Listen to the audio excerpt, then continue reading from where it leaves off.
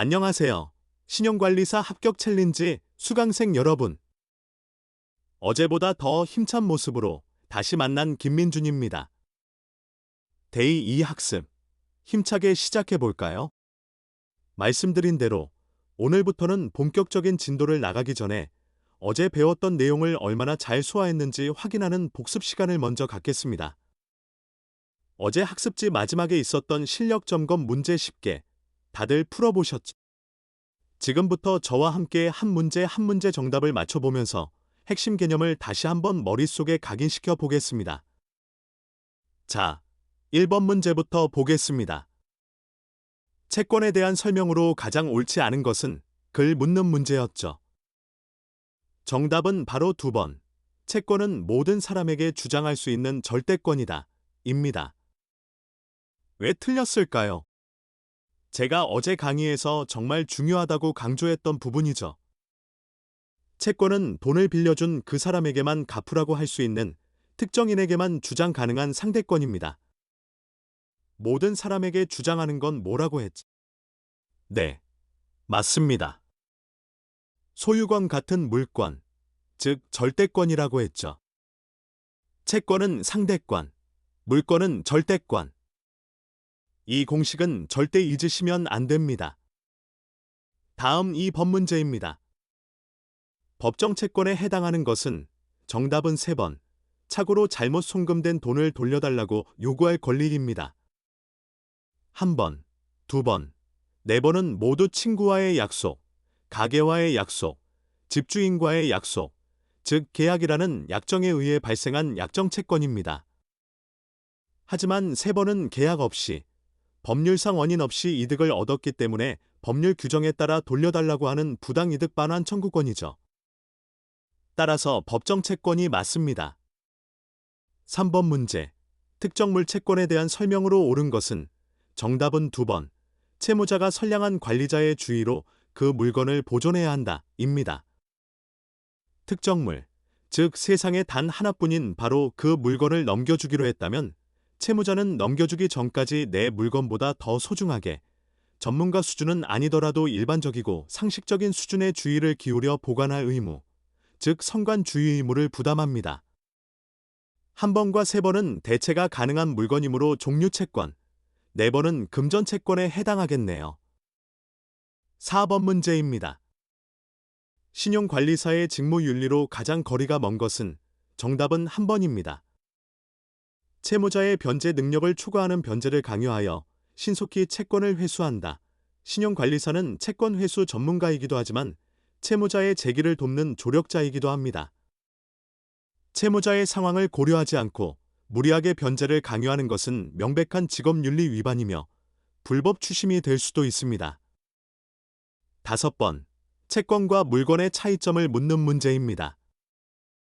정답은 3번이죠.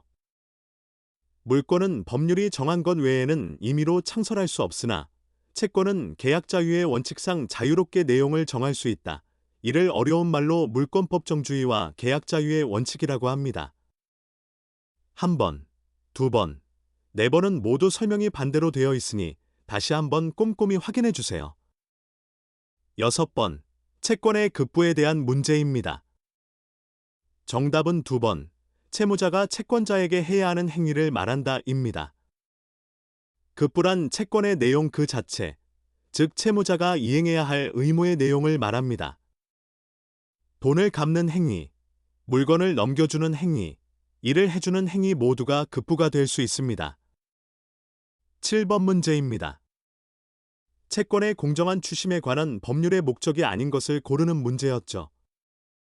정답은 1번, 채권자의 신속하고 효율적인 채권 회수 보장기입니다.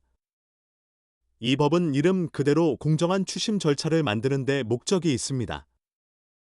채권자의 권리도 중요하지만 그 과정에서 채무자의 인권이나 사생활이 침해되는 것을 막기 위한 법률이라고 이해하시면 됩니다. 8번. 종류 채권의 특징을 묻는 문제입니다. 정답은 2번입니다. 채무자가 이행에 필요한 행위를 완료하여 특정하면 특정물 채권으로 전환된다. 마트에서 쌀 10kg을 주문했는데 주인이 배송을 위해 특정 쌀자루를 창고에서 꺼내놓는 순간 그 쌀은 더 이상 그냥 쌀이 아니라 나에게 올바로 그 쌀이 되는 거죠. 이렇게 특정이 되면 종류 채권이 특정물 채권으로 성격이 바뀝니다. 자, 거의 다 왔습니다. 9번 문제입니다. 신용관리의 궁극적인 목표로 가장 적합한 것은 정답은 3번입니다. 채권의 부실화를 방지하고 부실 채권을 효율적으로 회수하여 경제의 건전성을 유지하는 것. 신용관리는 개인이나 기업 차원을 넘어 우리 사회 전체의 경제 시스템이 원활하게 돌아가도록 하는 중요한 역할을 합니다. 거시적인 관점에서 이해하는 것이 중요합니다. 마지막 10번 문제입니다. 신용관리사가 채무자에게 제공할 수 있는 정보로 적절한 것은 정답은 3번. 채무자의 경제적 재기를 도울 수 있는 신용회복위원회의 채무조정제도입니다. 신용관리사는 채무자에게 불법적인 방법을 알려주거나 다른 사람의 개인정보를 누설해서는 절대 안 됩니다. 대신 신용회복위원회나 법원에서 운영하는 합법적이고 공적인 채무조정 제도를 안내하여 채무자가 다시 일어설 수 있도록 돕는 것이 바람직한 역할입니다. 자, 이렇게 10문제를 모두 풀어봤습니다. 혹시 틀린 문제가 있다면 왜 틀렸는지 해설을 통해 확실하게 이해하고 넘어가셔야 합니다. 복습은 여기까지 하고 이제 활기차게 이 진도를 나가보겠습니다.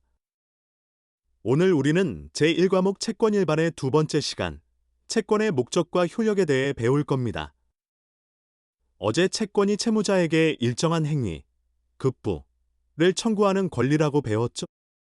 오늘은 바로 그 급부가 법적으로 유효하려면 어떤 조건을 갖춰야 하는지, 그리고 채권이 가진 가장 강력한 힘은 무엇인지에 대해 깊이 있게 다뤄보겠습니다. 오늘의 학습 목표입니다. 첫째, 채권의 목적인 급부가 유효하기 위한 4가지 요건을 설명할 수 있게 됩니다. 둘째, 채권의 가장 핵심적인 힘, 이행청구권의 의미를 정확히 이해하게 됩니다. 마지막으로, 만약 채무자가 말을 듣지 않을 때 국가의 힘을 빌리는 이행강제의 3가지 방법을 완벽하게 구분할 수 있게 될 겁니다. 자, 첫 번째 주제, 채권의 목적인 급부가 유효하기 위한 요건입니다. 내가 친구에게 하늘의 별을 따다 줘. 그럼 1억 원을 줄게라고 약속했다면 이게 법적으로 효력이 있을까요? 당연히 없겠죠. 왜냐하면 하늘의 별을 따다 주는 행위는 실현이 불가능하기 때문입니다. 이처럼 채권의 목적인 급부는 아무렇게나 정할 수 있는 게 아니라 4가지 요건을 갖춰야만 법적으로 유효합니다. 바로 확정성, 가능성, 적법성, 사회적 타당성입니다. 앞 글자만 따서 확가적사 이렇게 외워두시면 편리합니다. 확정성은 급부의 내용이 명확해야 한다는 겁니다. 나중에 알아서 잘 해줄게 같은 애매한 약속은 안 되고 최소한 언제까지는 그 내용을 정할 수 있어야 합니다. 가능성은 방금 말한 하늘의 별 따기처럼 물리적으로나 법적으로 실현 가능해야 한다는 뜻입니다. 적법성은 법을 위반하는 내용이 아니어야 한다는 겁니다. 예를 들어, 청부살인을 해주면 돈을 주겠다는 계약은 당연히 무효입니다. 마지막으로 사회적 타당성은 법의 직접적인 규정은 없더라도 도박빚을 갚기로 하는 약속처럼 사회의 기본적인 도덕관념이나 질서에 어긋나는 내용이 아니어야 한다는 의미입니다. 다음은 채권이 가진 가장 본질적이고 강력한 힘, 바로 이행청구권입니다. 아주 간단합니다. 채권자가 채무자에게 약속한 대로 이행하세요 라고 당당하게 요구할 수 있는 권리, 이것이 바로 이행청구권입니다. 채권의 모든 힘은 바로 이 이행청구권에서부터 시작됩니다. 그런데 만약 채무자가 이 청구를 무시하고 끝까지 약속을 지키지 않는다면 어떻게 해야 할까요? 채권자가 직접 채무자의 집에 쳐들어가서 물건을 뺏어오거나 멱살을 잡고 돈을 내놓으라고 할 수는 없습니다. 이런 자력구제는 우리 법에서 원칙적으로 금지되어 있죠. 대신 채권자는 법원이라는 국가 시스템을 통해 자신의 권리를 실현할 수 있습니다. 이것을 바로 이행강제 또는 강제이행이라고 합니다. 이행강제에는 크게 3가지 방법이 있습니다. 직접 강제, 대체 집행, 간접 강제입니다. 직접 강제는 가장 직접적이고 강력한 방법입니다. 법원의 집행관이 채무자의 신체나 재산에 직접 물리력을 행사해서 권리를 실현하는 거죠. 예를 들어, 채무자가 자동차를 넘겨주기로 했는데 안 넘겨주면 집행관이 가서 그 자동차를 강제로 빼앗아 채권자에게 가져다 주는 겁니다. 대체 집행은 대신 할 수 있는 의무에 사용됩니다. 예를 들어, 채무자가 자기 땅에 있는 불법 건축물을 철거하기로 했는데 안 하고 버틴다고 해봅시다. 철거는 꼭 채무자 본인이 아니더라도 다른 철거업체가 대신할 수 있죠.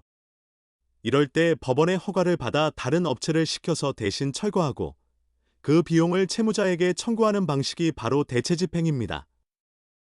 마지막으로 간접 강제는 채무자를 심리적으로 압박해서 스스로 이행하게 만드는 방법입니다. 예를 들어, 법원이 언제까지 이행하지 않으면 하루에 100만 원씩 지급하라고 명령하는 겁니다. 돈이 무서워서라도 채무자가 스스로 이행하게 만드는 거죠. 주로 다른 사람을 시켜 대신 할 수도 없고 비대체적, 직접 강제하기도 애매한 의무, 예를 들어 사과 광고를 내라는 명령 같은 경우에 사용됩니다. 자, 오늘 준비한 내용은 여기까지입니다. 그럼 마지막으로 최종 정리를 해볼까요?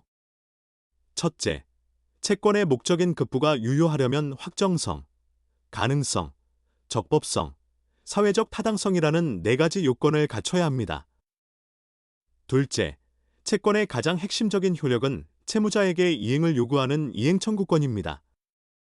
셋째, 채무자가 임의로 이행하지 않을 때 국가는 직접 강제, 대체 집행, 간접 강제라는 3가지 방법으로 채권 실현을 돕습니다. 어떠셨나요?